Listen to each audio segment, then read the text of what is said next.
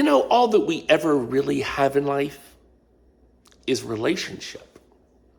Relationship between one another, relationship between human and kin, relationship between human kin and planet and the cosmos.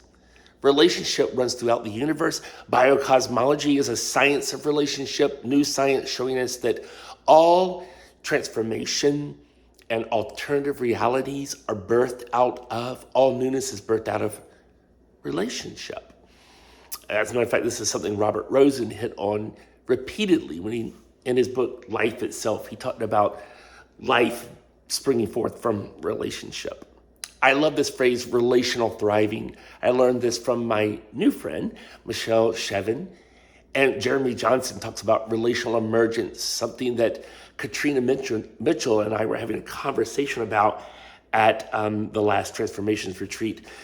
It's the space between two or more people, or people and cosmos and planet and life, that creates something magical and new, awe-inspiring, enchanting, and full of wonderment.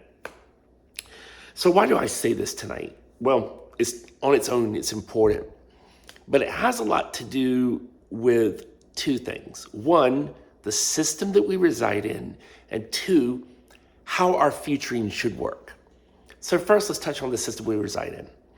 I did a podcast the other day, and the person that was on the podcast with me, I won't say what podcast it was or who the person was, but they said something that I'm sure I've said before too. They said, humans are lazy, so ... And I want to ask you tonight, are humans lazy? By what measurement? Under what system? Under what metrics are we lazy? You see, in modernity, coloniality, and its evangelist, capitalism, consumerism, monetization, you must constantly be efficient and productive. And any time that you're daydreaming or imagining or not working towards producing more good and outcome and product for this capitalist society, you're lazy. As a matter of fact, I was in a training this week.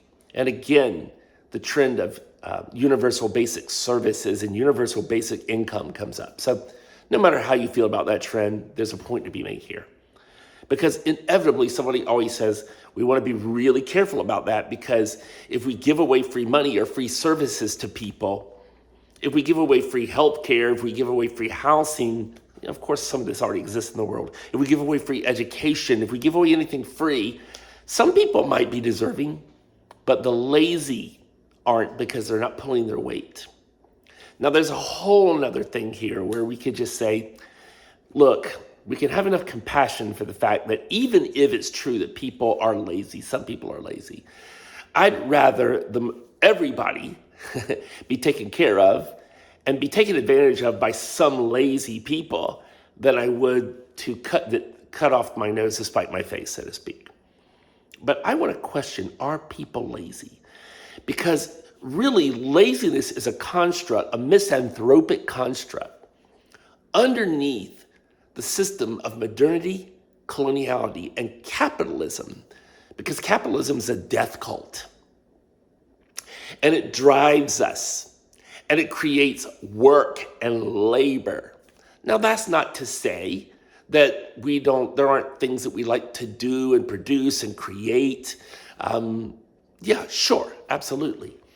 But the idea of laziness is really coming from this modernity, colonial capitalism idea that drives us. It's a system that drives us.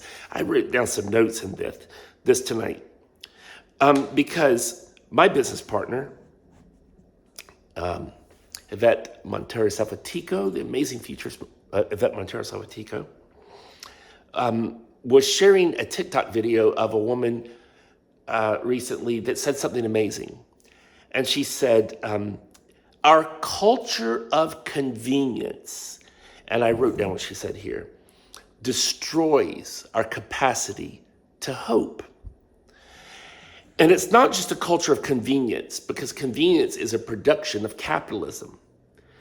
We believe that we should be productive, efficient, And in that, we also believe that that output should be always on, always present at every moment, just in time, gratification, convenience. We should expect things to happen at a moment's notice. Once we see a problem, a solution should arise.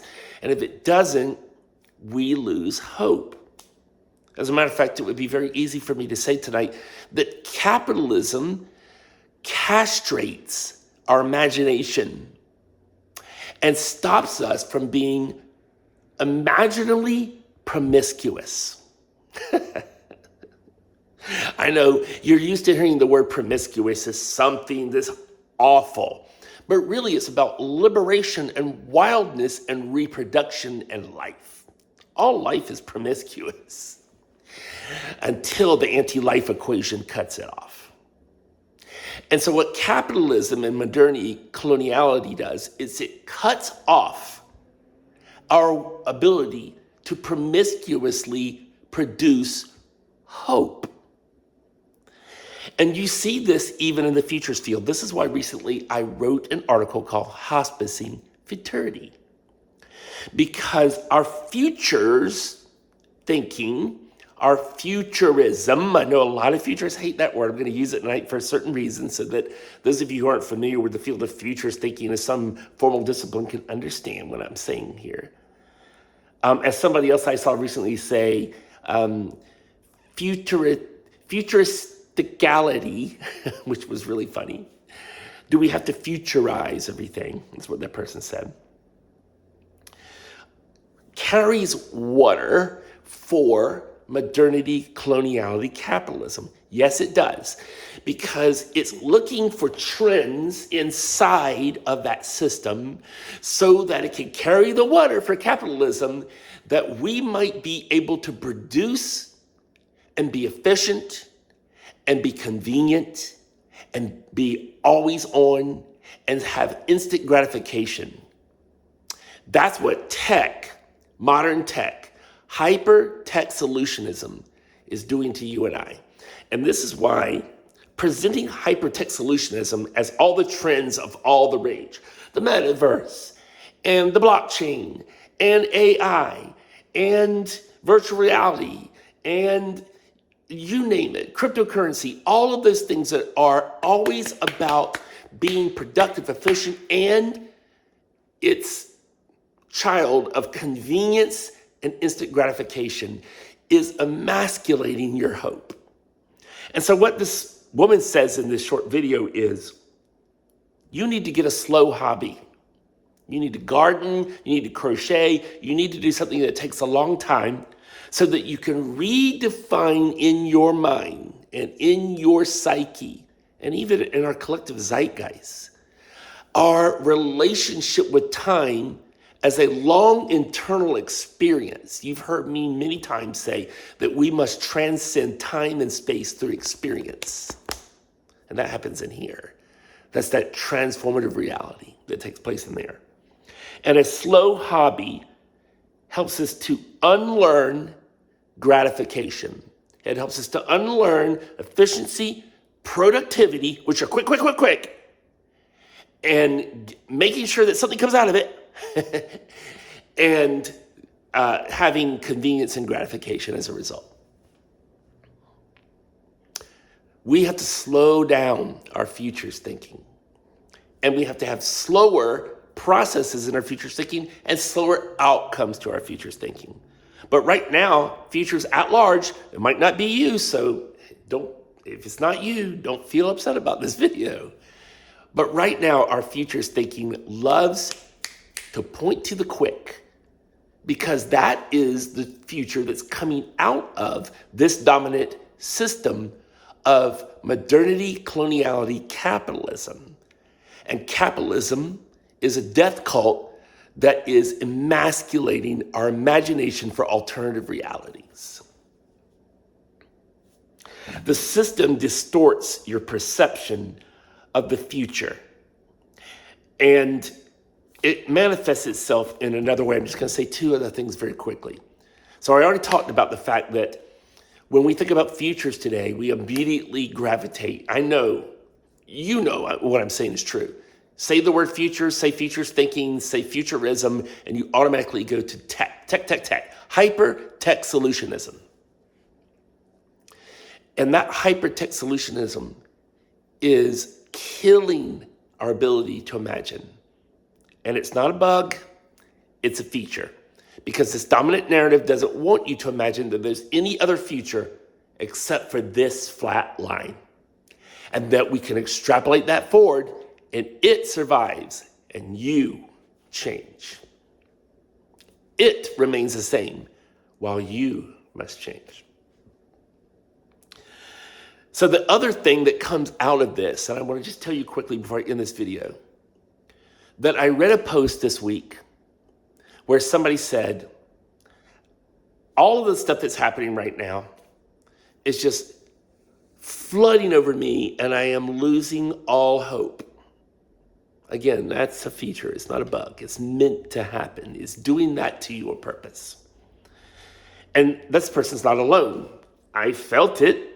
You felt it. We've all felt it. Have we surrendered to it is the question.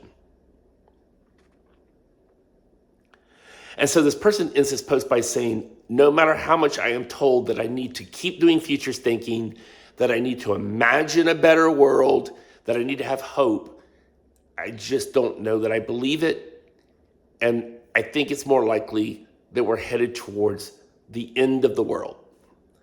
So there was this other short video that Yvette shared with me this week, equally as powerful, where this person says, modernity, coloniality, capitalism, authoritarianism, it is not only trying to warp your mind, but it's trying to warp your imagination for the future and for hope.